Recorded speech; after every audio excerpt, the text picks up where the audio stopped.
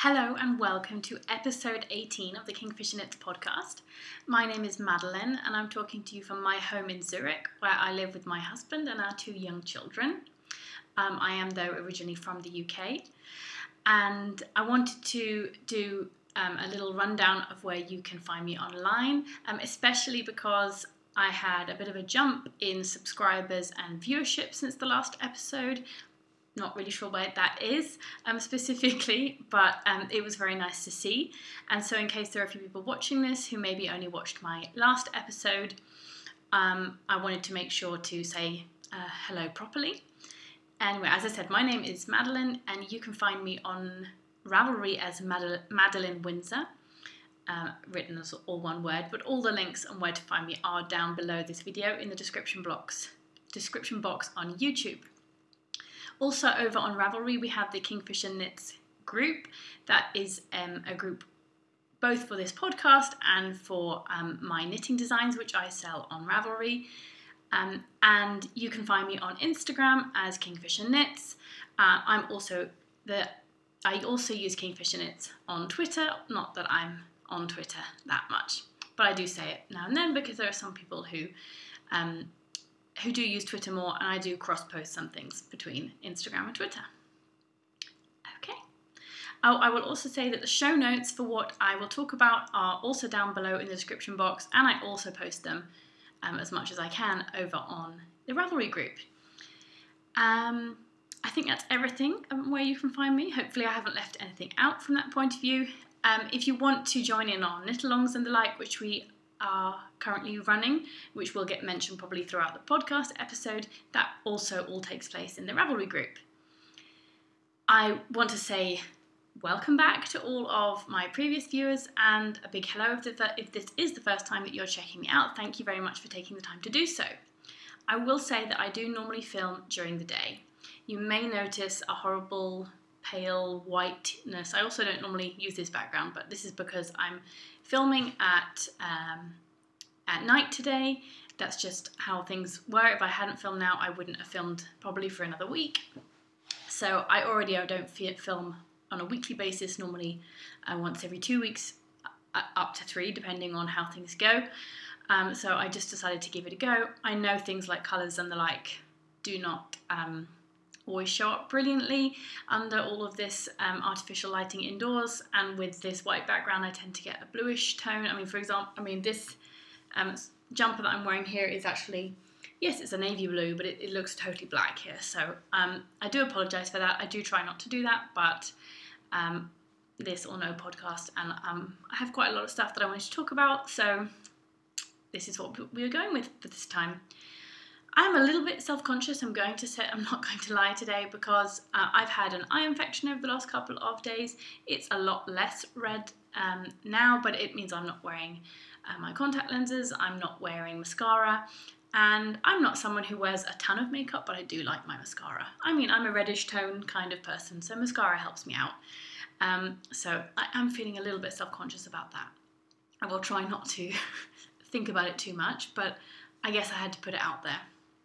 So the normal format of this podcast, I talk about whips, and I talk about FOs, and I talk about sometimes my design work and the like. It's not always just exactly the same format every single week. I'm not quite that organised, and I don't do hardly any editing, to be honest, for this, or subtitles or the like, but I am pretty thorough with my show notes. So if there is something that you didn't quite catch, do look out in the show notes.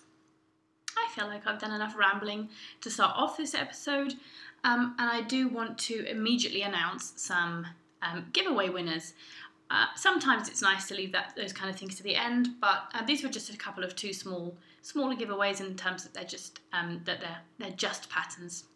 This is something that, being a knitting pattern designer, I'm not someone who sells handmade project bags or beautiful hand-dyed yarn, and these kind of when you give away those kind of items, which of course individual value is higher than compared to a knitting pattern, they always seem to be a bigger deal, and I get that. I feel the same when I'm watching other knitting podcasts, but I don't want to do down giving away a knitting pattern just because it has a lower face value for one buy one knitting pattern download.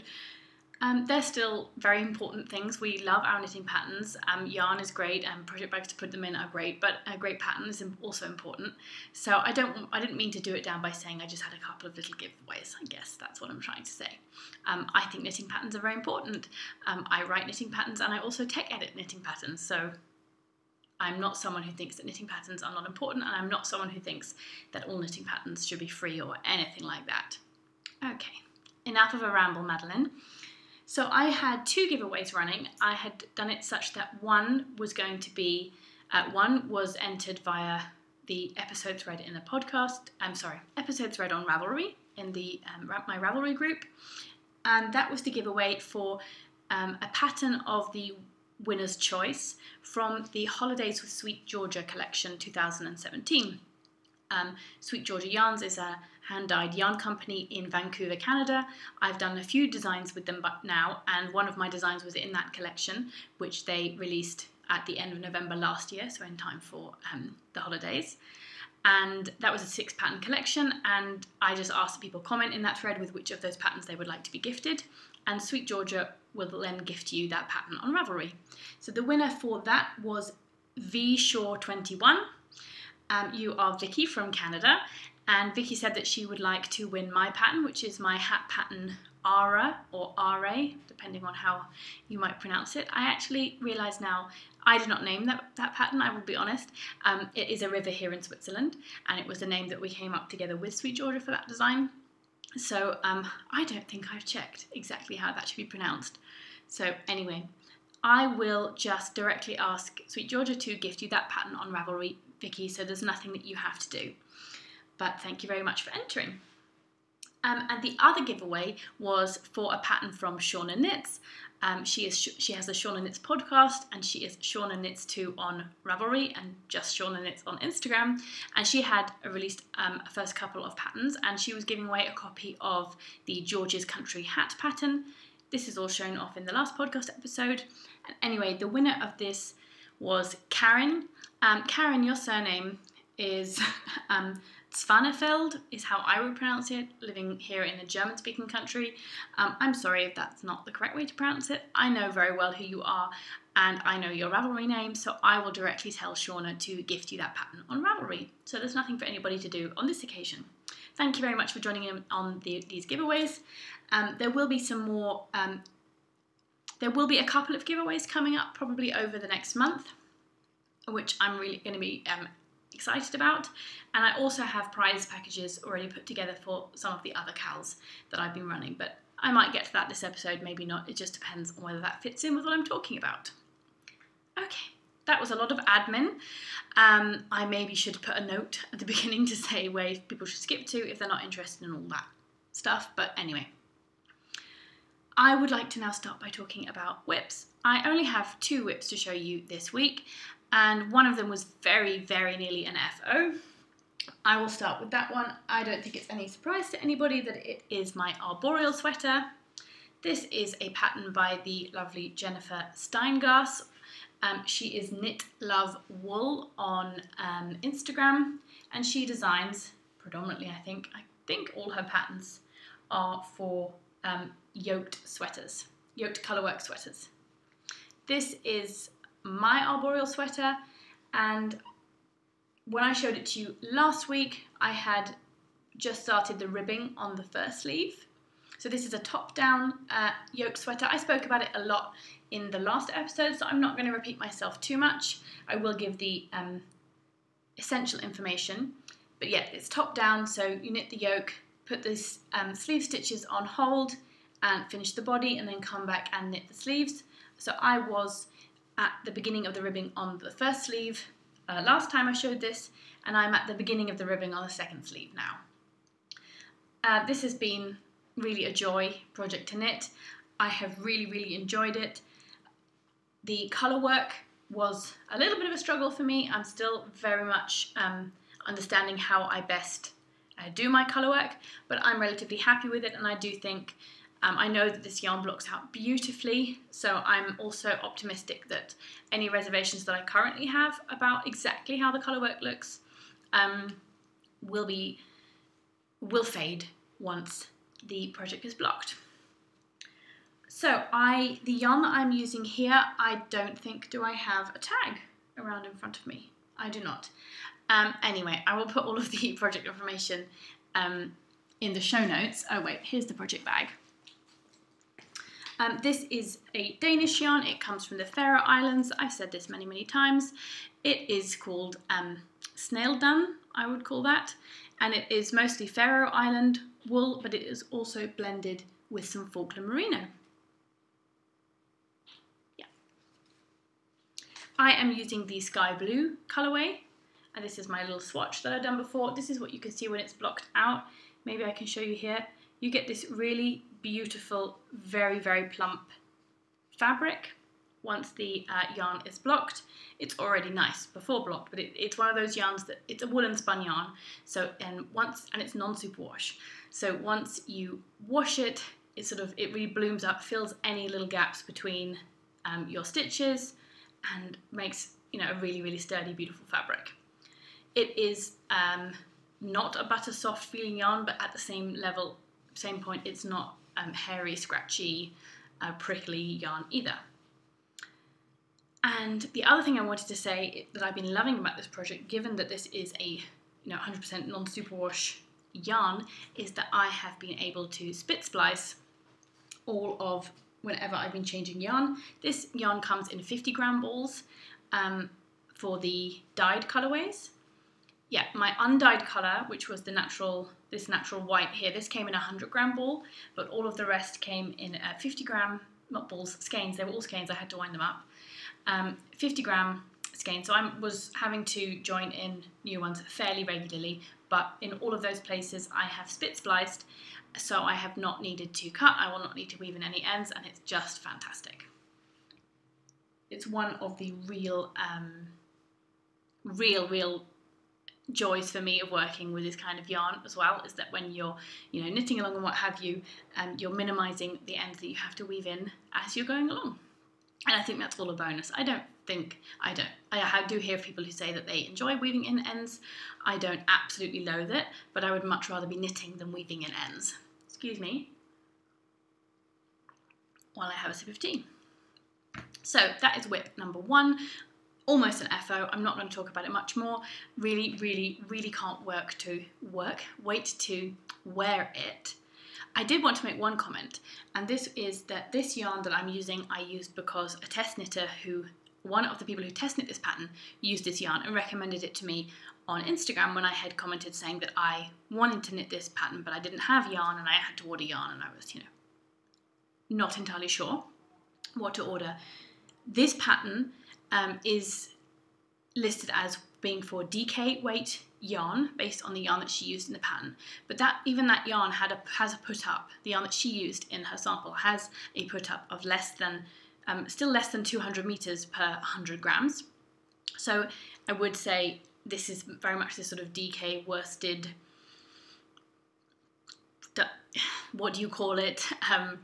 Just because it's called DK doesn't mean that another yarn that's called worsted might not be absolutely interchangeable. The yarn that I have shown you that I'm working with is listed as a worsted yarn on Ravelry, although it is more than 200. I think it's like 230 meters per 100 grams. So I just wanted to say, if somebody looks up the yarn that I'm using and sees that it's worsted and the pattern's for DK weight, I got gauge. That's what's important. The gauge is 20 stitches to 4 inches, and that is definitely a gauge which I would consider to be for a worsted weight. I have heard some people talking about whether DK weight yarns exist in Europe.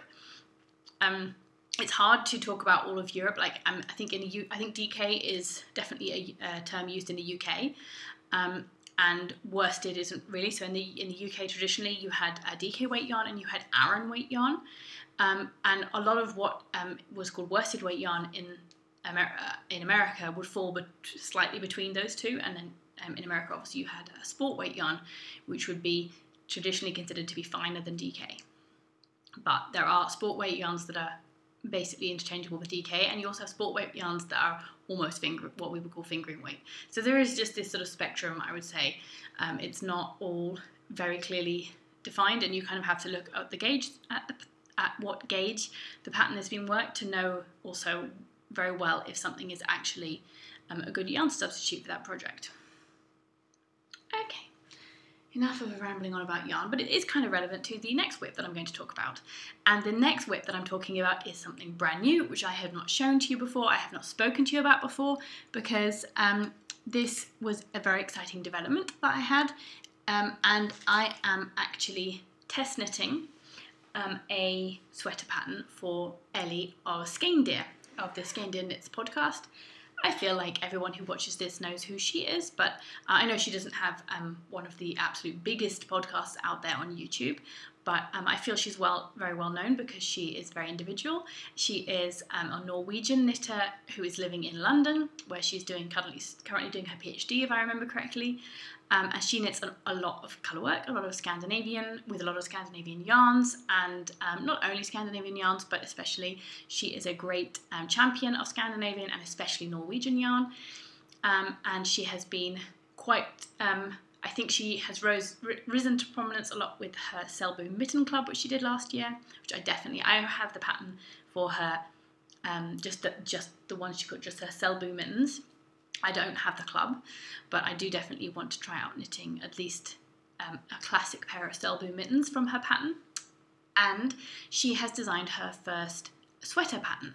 It is a yoked top-down sweater pattern. So after enjoying so much making the Arboreal Sweater and knowing how much I wanted to wear it, I said that I would love to test this, and she did select me to test it, which is wonderful. I do have the pattern printed out here so that you can see. This is her wearing her sweater. This is called the Blåfjell Sweater, and I heard she named it after the yarn that she used, which was a special edition of a Norwegian yarn named after a television program in Norway that was called Blåfjell, and I think Blåfjell is Blue Mountain, she said it means. Anyway, she knit it in these two shades of blue with this natural colour. I'm not entirely sure that it's a natural white. It may even be, excuse me for that computer notification there.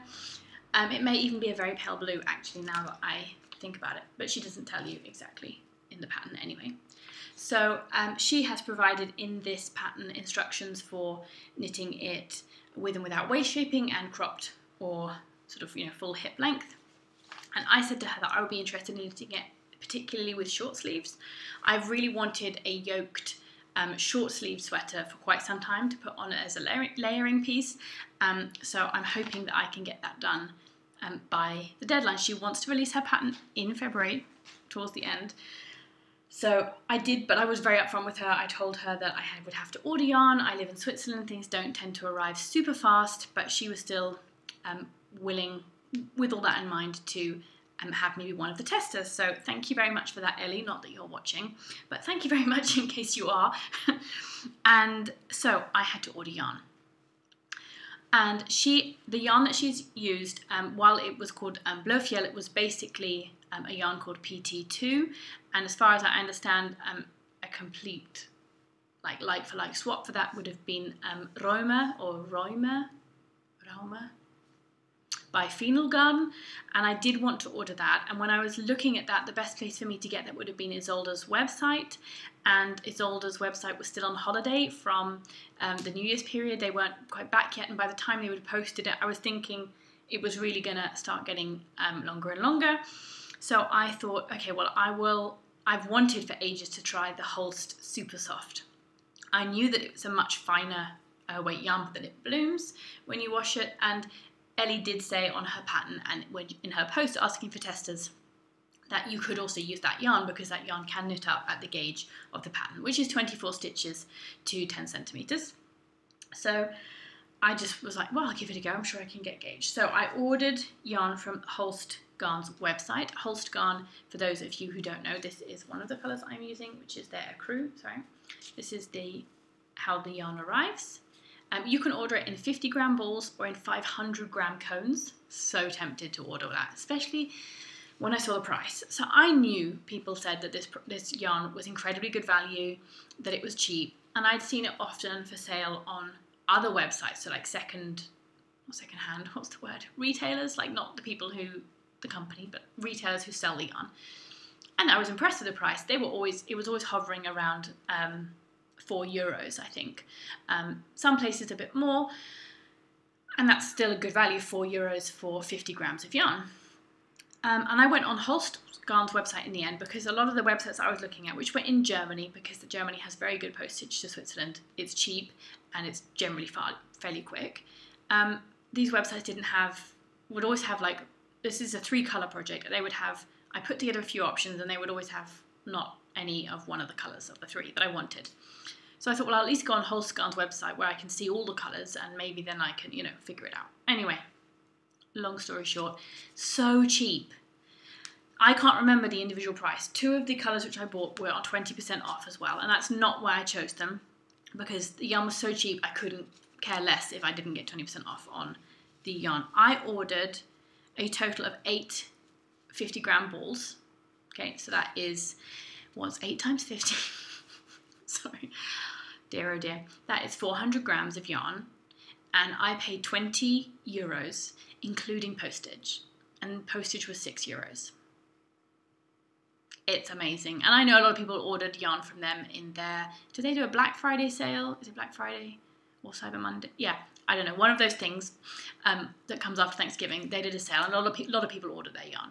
I don't know what their yarn postage is to outside of Europe, but to Switzerland it was €6, and that actually included email updates for every stage of the delivery process. So when they packaged my yarn, I got an email notification. When it had been sent to the post office, I got a notification, and then I got email with the tracking number, so that was tracked and everything. So I was really, really, really impressed, and I will definitely be, it's dangerous because I will definitely be ordering from them again.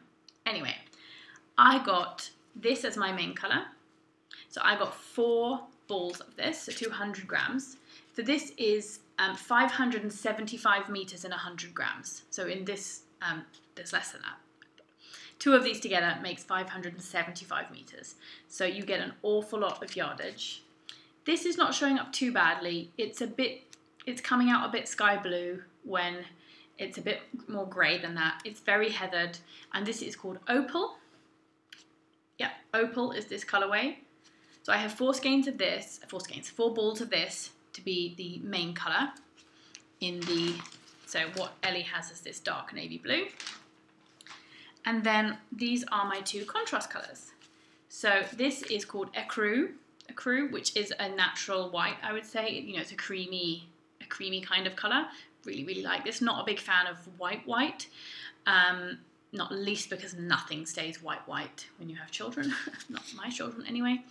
But I do love, a light colour, and obviously in colour work it's great to have one to contrast. So that is the cream colour is Ecru, and this colour, which is not obviously is looking a bit super dark. It is a really dark colour. It's basically a really, really deep blue teal. So there is a greenish, tealish heathering to this yarn, and this is called Mariner. So I got 4 of this, and I got 2 each of these. Of course, I only needed 1 of these. There's so much yardage, but I just thought I'd order 2. I really like these colours, and whatever's left I can probably hold double to make mittens, or find another use for, or buy more yarn and make another yoked sweater with it, or a cardigan or something. Anyway, totally want to make a steeked cardigan now. Anyway, I really have been enjoying knitting with this. I did nab a little bit of yarn off of a friend to do some gauge swatching. I did a couple of swatches. This is just one of the swatches. The first swatch I did was a bit bigger, and in the first swatch I went slightly too loose, my gauge. So on this one I did another swatch. I did swatch in the round, which is important. What I did is I just knit a little loop. Yeah, you know what I mean. Tube is what I'm looking for.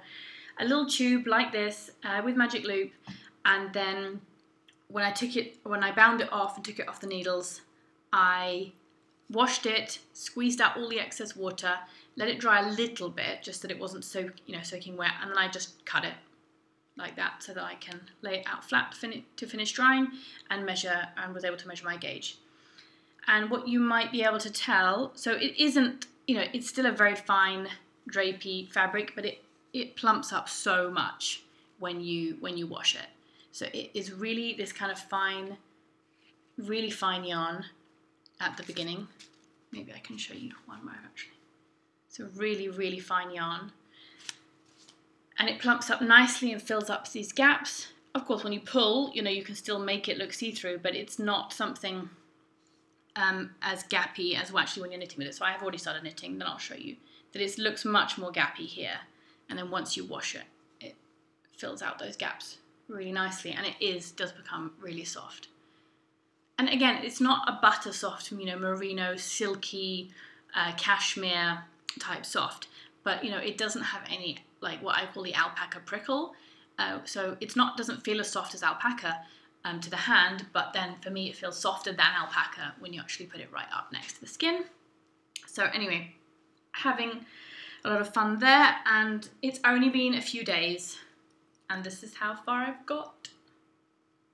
So this is, as you can probably tell in the picture, and I hadn't quite appreciated this when I saw the picture on Instagram, which I saw to agree to test, is that this sweater comes up really high, like not up the neck, but it comes right up to the neck, which is not super common for a lot of classic yoked sweater designs.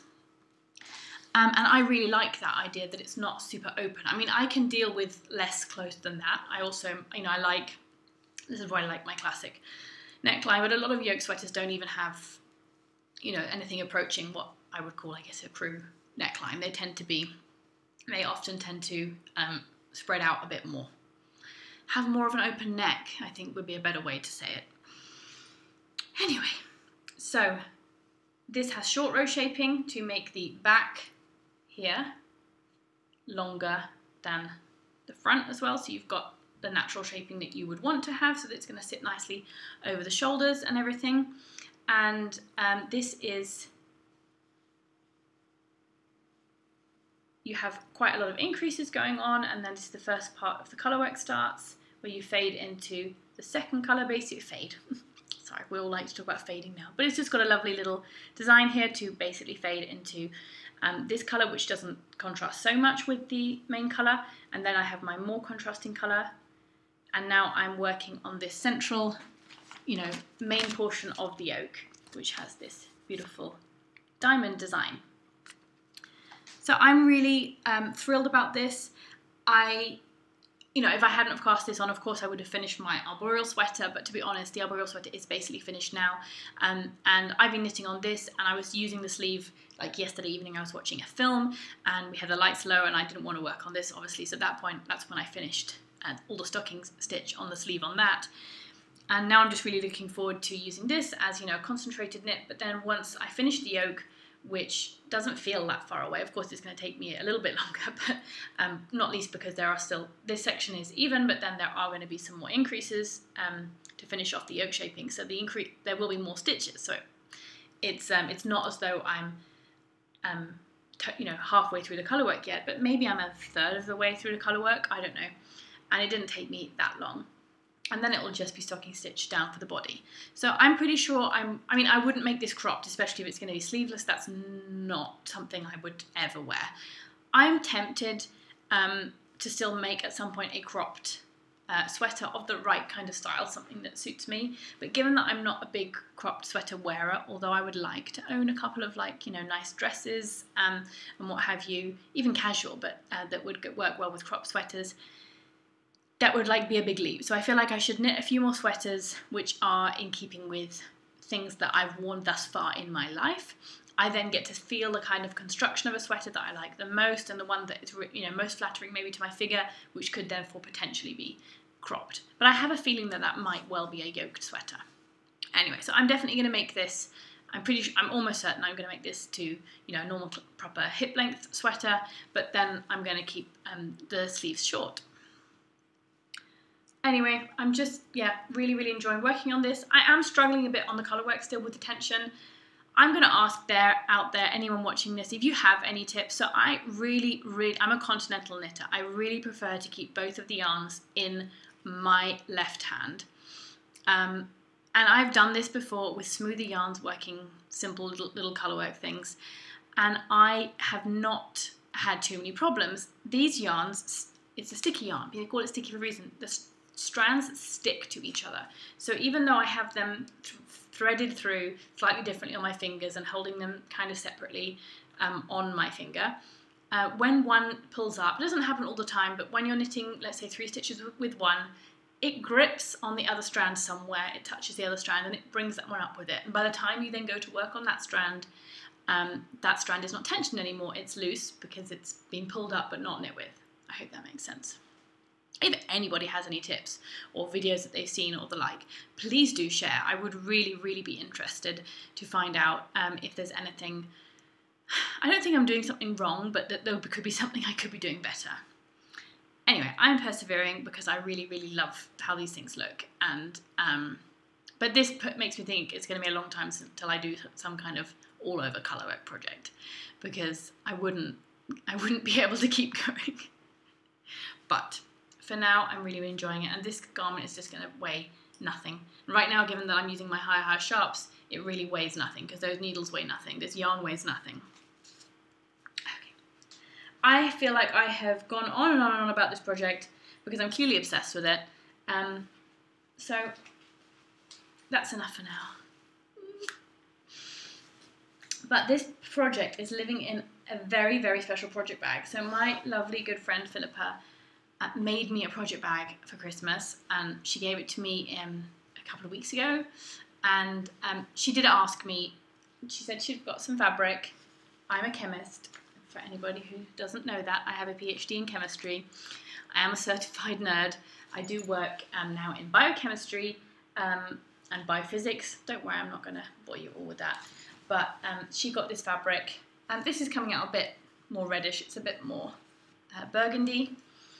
And she just asked what kind of size, and I kind of gave her some measurements of that I like it to be wide and basically big enough for a sweater. She was a little disappointed that she thought maybe it didn't come out quite as big as it would need to be. It's certainly big enough for this garment, and I think for me, for any fingering weight garment, and potentially it would probably fit in the Arboreal Sweater project in here too. So it's definitely, I mean, it's the biggest bag I have, and I really, really, really love it, and it's got the elements on it. So thank you so much, Philippa. I know Philippa watches, so thank you so much. Still totally in love with it, and it's really, really amazing. And she did a really, really good job she sews a lot. She sews a lot of clothes for her kids, and this Christmas time she went on a kick and made like hoodies for all of her family, like her husband, her brother, her sister-in-law, everything. And she's got this lovely like tab here covering over the ends of the zip, which I really, really like. It just gives it such a lovely finish. And yeah, little 2 little handles here, one with a loop for putting things on, and one more for potentially carrying. And oh yeah, I didn't show, it's got a lovely yellow gingham in the inside there. Really totally in love with that project bag. So that was well, it's not an acquisition, it was a gift, but that was also something new for me to show off. Okay, so that is whips. I feel like I've been going on for ages and ages, but when you talk about garments, I feel like there's more to talk about, and these were new projects and projects that I'm super, super excited about, so I had a lot to say. I have one FO to show you this week that you haven't seen before. This is a hat design which I did with yarn from Knitting in France. Knitting in France is,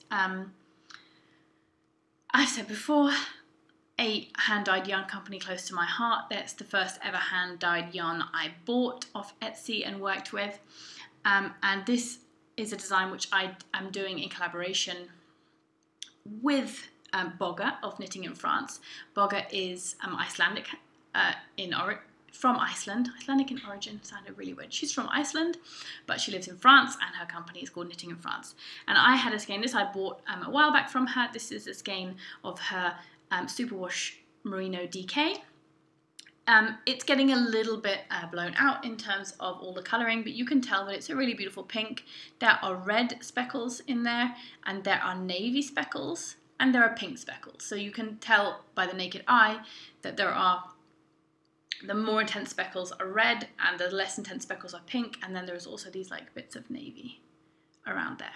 Sorry, I'm looking down to make sure that I'm showing it the way I'm intending to show it. And I did a hat design with this. I showed it off when it was a whip a while ago, but I have now finished the hat design. It is just a really satisfying cable motif, which uses, excuse me while I try to show it a bit better. Here we go. So it's a 6-stitch cable here, and it's alternating bits where you've got these nice sort of welts or bumps in reverse stocking stitch. In the pattern, I have written it to be, you can either do the garter rib like I've done here, which probably is a bit more feminine looking for me, or you could do just a normal 2x2 rib. And this obviously is a very feminine yarn, but I think that this design, to be honest, would also work in different colours to be a unisex pattern. Here are the decreases, which you can see, hopefully, maintain the patterning right the way up to the crown. That's something that I really like in a hat pattern. I'm pretty sure I'm going to put a pom-pom on here. I haven't done it yet. I will try it on for you. This one I made to be a little bit bigger than a hat I normally make for myself. Oh, this is my usual. I can't work out what's going on here.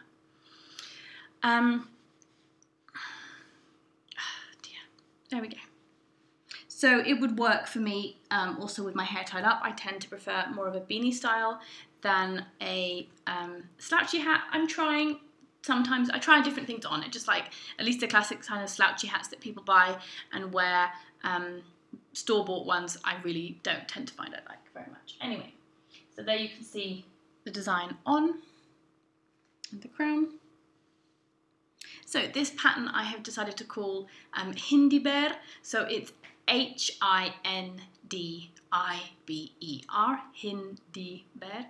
And this is the Icelandic word for raspberry, which just seemed very appropriate both with the design and with the yarn that I knit this up in. So as I said, in the end I'm doing this in collaboration with Bogart of Knitting in France. So what she is going to do actually is on the initial release of this design, she will be doing kits for this, which she's going to be selling via her website. I will put links down below, and if things are not quite ready by the time I put this podcast up, I will certainly link to her website, and then of course I will post about it on Instagram once these kits are available for sale, and they will include the pattern and the yarn.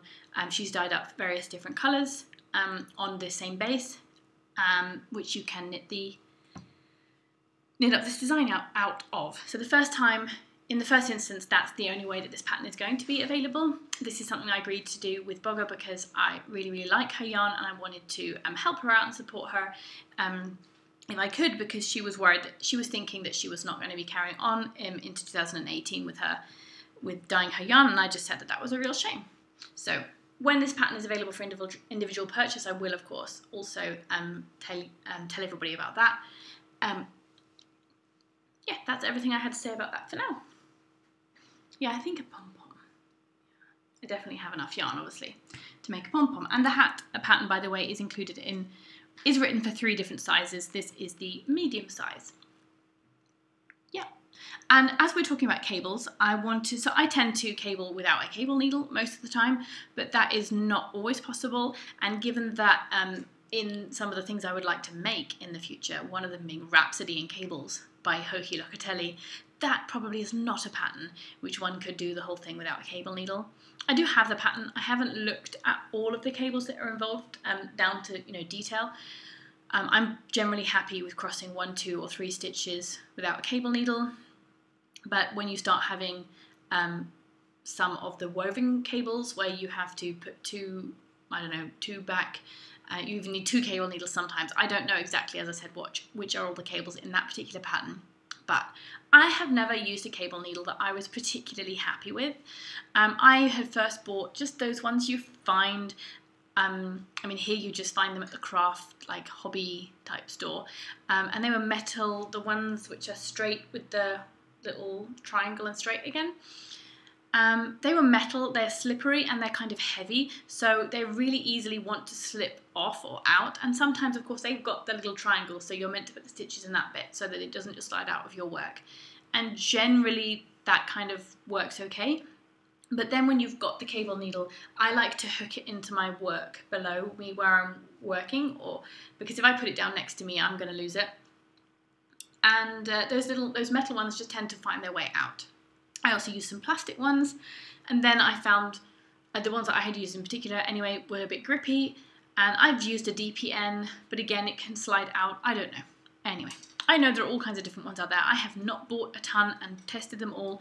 I'm just telling you that I have now found one which I was happy with, and I wanted to mention it. So this is the cable needle that I'm talking about. Actually, there are 4 in the pack that I bought. These I bought from Chibo. People in, I don't know if Chibo exists in America, I imagine not. Chibo, which is, I'm not even going to try and spell it here, I'm just going to put the link down below. I've linked them before when I bought pom-pom makers from them. Chibo is a German company, and they have these funny little shops which sell a bunch of stuff, always branded their own brand, but their own brand name, but a bunch of kind of products, clothes and household items and all kinds of things. And in their shop they have a cafe as well. So the idea is you can go in and buy a coffee, have a cookie, and also shop. That's the kind of thing, how I would define them. Maybe they have like a proper name for that kind of thing. Anyway, you also find Chibo like mini shops inside of supermarkets here in Switzerland and also in Germany. And Chibo does exist in the UK. I have seen Chibo stores in the UK as well. That's all I know for sure. Anyway, and they do often have little craft type items. So I bought this pack of cable needles from them. It has a 3mm, a 4.5, a 6 and an 8mm cable needle, which I would say is a pretty good range, because you don't need to have exactly the same size cable needle as the needle you're working with. Of course it should be close, but it doesn't have to be exactly the same. And what I really liked about these, so they're plastic, but they're light plastic and they have a little bit of grip to them, but not a ton. They have this shape, so once you put them, you take your stitches off onto them, they hang really nicely. They're not heavy either, so they don't really hang down. They don't then suddenly occupy a bunch of space. So, you're knitting in this plane, let's say, the needles hang down nicely out of the way, which was not the case when I was trying to use more straight cable needles. And then they also, when you are knitting along and you want to put them down the work below when you've ordered things, they really just stay in place really nicely. They don't slip out. I don't know, that was something that I was really happy about. They're also really quite sharp. And they have a kind of tapered end to them, you see? So that you can really get them into your stitches quickly and nicely. And I was just really happy with them, so I wanted to mention them. I bought them in the sale. I just found them at our local supermarket here. They were on sale for 5 francs instead of, I don't know, the 10 that they normally cost for 4 cable needles. So 5 francs, what's that in pounds?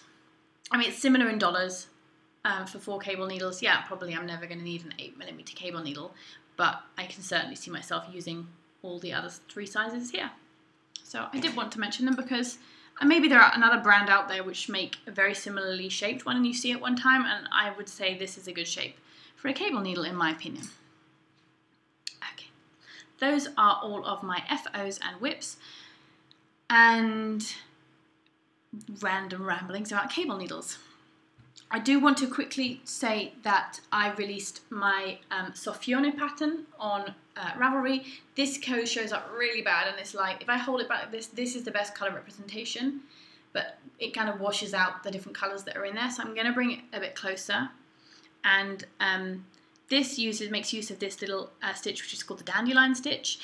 Soffione is a colloquial name in Italian for dandelions, especially once they make their big fluffy seed head after the yellow flower has died, and which you blow into the wind. And Soffione literally means big puff. So I really liked that as a name. And this is an example of all of this section here is knit out of one colorway, and then in here I started to bring in just the stripes where you've got the set of this dandelion stitch worked is another color, which if I hold it back here you can see, which is also this contrast colour that's down here around the edge. And then you move up, and up in this section I've actually got thicker stripes of that, and then going back to the main colour for the dandelion stitch. And what's great about this is that it just really works really beautifully with hand painted, hand dyed yarn. So this I worked out of the Best Friends kit from Yarn Enabler. So Yarn Enabler, she is in Canada. She is one half of the Dye Another Day podcast, along with Christina the Cozy Knitter. And they had dyed up, they had a dye off a long time ago, and I'd bought both of the colourways actually from that dye off, so one from Christina and one from Amanda. And she called hers Best Friends, and you had a main skein of this beautiful variegated colourway and a tonal milli skein of this contrasting colourway. So that's what I used to knit up this kit, this particular sample of this design. And in this past week, when I released the pattern on Ravelry, Amanda also released on her website, yarnenabler.com. She released some kits. They sold out all within that same night, which was fantastic. Thank you if any of you bought those kits. She does hope that in the future she might knit up some more. She didn't just do this colourway, she did 2 other colourways, which she called Sweetheart, which was a more pinkish tone, and I'm now trying to remember what the other colourway was called. It was beautifully yellow greens, really made me think about dandelions. Oh, what was that colourway called? I'm going to have to look it up now, just because otherwise I'm going to be really annoyed. Sunshine. Yeah. So this is just my Instagram feed, and you can see that she did up the cowl kits. The colours are totally blown out here, but yeah, Sunshine was this beautiful colourway up there, which was like with the oranges and greens, and with a beautiful yellow little contrast skein for that. So hopefully she will do some more kits, because obviously my design was inspired totally by her yarn, but you can probably see that this would work out really well with plenty of beautiful hand-dyed yarns.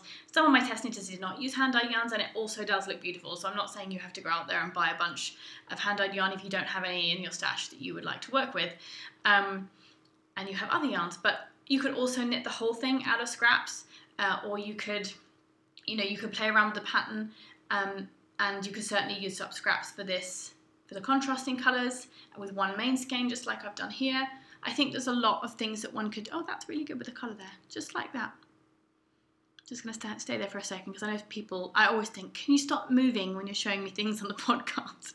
And then I do the same. I can't stop hyperactive moving around. Anyway, so it's a very nice fingering weight cowl. Great to throw on with a lovely coat. And I did have somebody who bought the pattern immediately asked me if they could knit it with DK weight. And while I don't tend to, I've written the pattern, it's written with a certain yarn, and that's how everything is set up for, so I cannot guarantee you anything. I do tell you in the pattern anyway how to customize it a bit in terms of circumference and height with the same gauge, but that also tells you how many stitches there are per repeat, and so you could knit the pattern with anything of the multiple of those stitches. So if you have a different gauge, you can work out the circumference you want, and so on and so forth. So I think it would be adaptable to other yarn weights, certainly sport weight and the like, depending on how adventurous you are with doing a little bit of maths. Okay, I feel like I've been talking a very, very long time, and I still have quite a few things that I wanted to mention. So, I wanted to say that after I did my collaboration, after I'd knit up my hat with the lovely yarn from Knitting in France, Bogger was very, very naughty, and she sent me a package of yarn. So this yarn that I knit this sample out of, was yarn that I had bought from her. And when we agreed to do another collaboration, because we have collaborated before, I said, oh, it's fine, don't send me any yarn, I don't need any yarn, I've got yarn of yours, I'll use that, that's fine. I don't need to receive free yarn just to make a design. But she wanted... she's trying a bit of a new look for her business and everything. She's got new yarn labels and everything, so she wanted to send me some yarn and also to show me some of her yarn bases, because one of the things I really, really, really have always liked about Knitting in France is that she doesn't just have sock yarn or 100% superwash merino DK. Okay, this is one of the yarns I use, but she has really interesting bases, also quite a lot of non-superwash bases. And I really like working with different yarns. I think many of us do. And she also dyes up really beautiful colours. So I'm really, really grateful for her for sending me all of this yarn that I'm about to show you. But like, for example, this cardigan I have hanging up here, this is the Soubrette cardigan by Mary Ann Orella. I will link it below. And this is knit out of lace weight yarn from Knitting in France. It is sparkle yarn, which is merino silk and silver stellina, which is just really, really, really beautiful. And so that's the first cardigan I ever knit, and still the only cardigan I've ever knit myself. I wear an awful lot.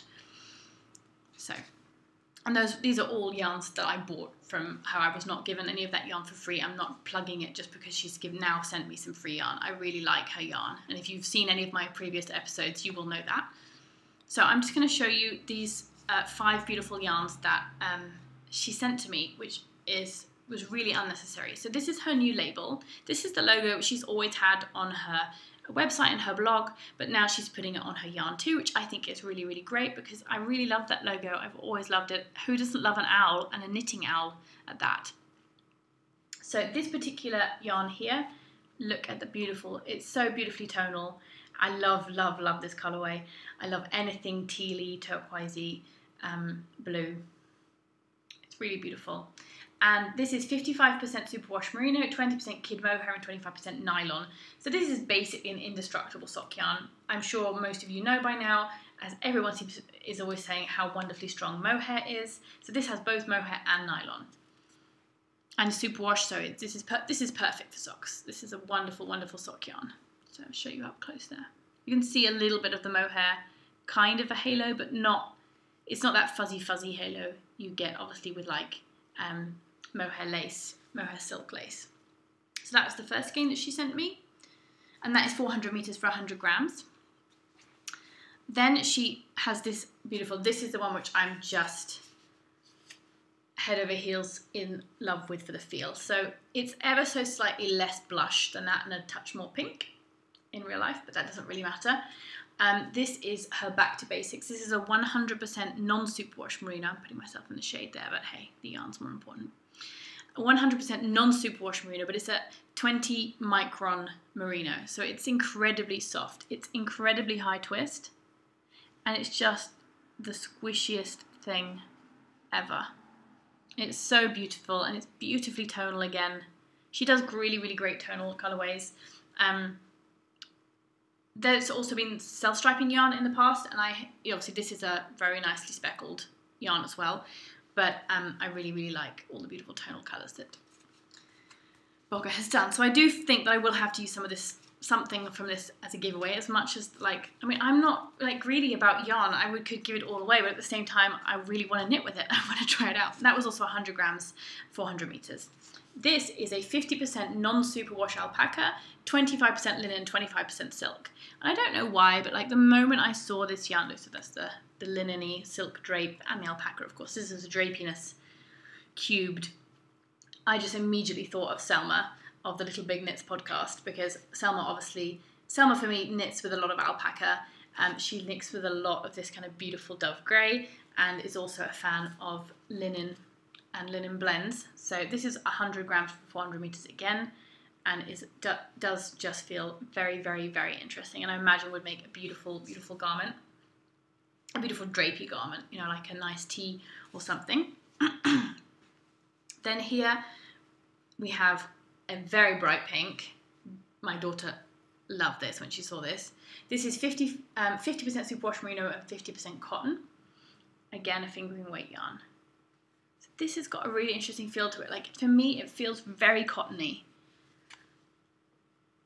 So that is interesting that it's a 50-50 blend. This one is fantastic. This is a 100% non-superwash merino Aran weight. Again, with a beautiful twist there. And a great, great colour. Oh, and this is BFL. Who doesn't love some Blueface Leicester?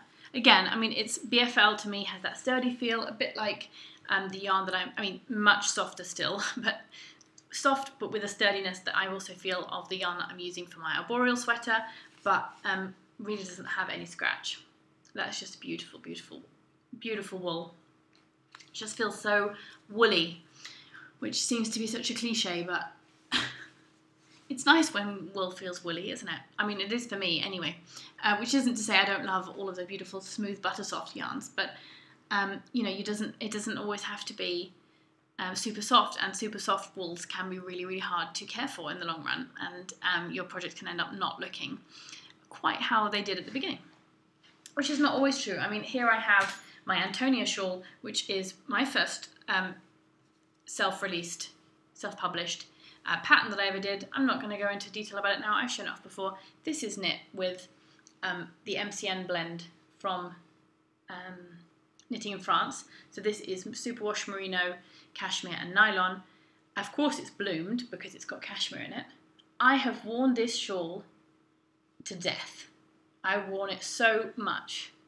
There is not a pill anywhere on it. I know it's a shawl, of course. It would, you know, I'm not saying if you made a sweater out of it, you would never get a pill, and you certainly get pills at the underarms because you just do when you've got merino and cashmere. But there are yarns which pill even in shawls, and this really, really didn't. So I'm not trying to turn this into a great big advert because yes, she sent me free yarn, but my opinion is my absolute honest opinion, and I really, really like her yarn, and I always have, and that's why I contacted her to see if I could help out at all when she said that she was thinking about stopping dyeing yarn. So it's really comes from the bottom of my heart. There is no one has bought my opinion for this. Okay. There is one final little There is one final thing that I wanted to share with you, and that was that I was really thrilled to win a prize. So I am a big fan of the Bakery Bears podcast. That is with Kay and Dan become Can. There you are, Kay. Dan and Kay Jones of the Bakery Bears podcast. They always have plenty going on their podcast, and they also have Patreon-only podcasts. So they have a Patreon campaign where you can support them. I am one of their patrons. I had to say that because I won this prize from a patron-only cal that they were running not all of last year. Was it like the second half of last year? It was called the Phileas Fogg Along, and it was really cool if you didn't know about it, that they were trying to do the around the world in 80 days route, and Dan is a big runner, and there was a running group, so people that would run, and they would accumulate all the miles of all the people who would run and see how far they could get around the world. And then for each type of project that the knitters wanted to knit, you would be assigned a certain number of miles. So I don't remember, but like a hat would be 10 miles, a big shawl was like 40 miles, you know, it was meant to be related to how much yarn you were using, but not exactly. It wasn't like yards counting precisely towards miles, put it that way. Anyway, knitters did really well. I think we went twice the way around. Anyway, and I entered all my projects that were eligible throughout the time because it was a lot of fun, and I won a prize. So Kay sent me this beautiful yarn. This is the Jamieson and Smith 2-ply jumper weight, and I'm really happy about this because this is yarn that I've wanted to try for a while, and I just never quite ordered it because I still wasn't entirely sure which colours I wanted. There are so many. Kay said there's too many. She's right. There are so many. If you can have too many. So this is just nice because now it's going to give me a little chance to try it out and see if I like it, and then I can go forward being more knowledgeable if I want to get more of it. Now having touched it, people say that this is Shetland wool. It comes from Shetland. It is meant to be a fingering weight. It's a fingering weight yarn. It's not a skinny fingering like the Holst is, and it feels rougher to the hand than the Holst Supersoft does. I think it washes up a bit softer, but maybe not completely. If there's a touch of a prickle, that's fine. I'm really interested to try it out. So she sent me these 3 skeins, these 3 balls. There you're getting to see the lovely heathering because the light has just hit the right spot. And each ball of this is 25 grams. How much do you get for that? You get 115 meters for 25 grams, 100% real Shetland wool. And I can just tell you, these have numbers. So this is shade FC14 mix. So I have 2 of that. So I've got 50 grams of that. And this is shade number 1280 mix. So I think mix they use when they have these heathered colours rather than their solid colours. if I remember correctly from looking. So I'd be really interested maybe to just knit up some little mitts with this. I mean, knits, there's more than enough. There's enough yarn, I think, here to knit mittens, I would think. Depending on exactly how you're going to use that, or maybe see, I have that book, Knitting from the North, which is all designed in Jamieson Spindrift. So Jamieson is not the same company as Jamieson Smith, but I've heard that Spindrift and 2-ply jumper weight are very interchangeable. So maybe I can see if I've got enough yarn here to knit up one of those patterns, which I already have in that beautiful pattern book. And Kate also added in a little beautiful, look how sparkly this mini skein is. Look, you can see one advantage of not using natural light. She didn't say anything about this mini skein, so I'm just presuming that she dyed it because she has beautiful hand-dyed yarn. It's just absolutely most beautiful tonal blue-grey. So that's really, really beautiful. And yeah, it's always exciting to win something, isn't it? So yay. I have to show that off too. So I've been talking for a very, very long time. If you're still with me, thank you very much for sticking all the way through. I do want to also just remind people who are interested that my 2-colour brioche DK weight cabled scarf wrap Midnight Sherbet is now available on Ravelry, and there are still some pre-orders up on the Trailer's website for those of you who are interested. It's not trying to be sales pitchy, just saying that they're still up there because for people who don't know, when Trailers does kits, she doesn't put out kits that are already dyed so that then they sell, then they might sell out. She puts up pre-orders and she leaves them open for as long as she feels comfortable with doing, until she builds up her orders or what have you, and then she dyes them all up. So if you were wondering, those are still there, and I will put the links down below with the show notes. I've definitely been talking long enough. Thank you very much for joining me this time around.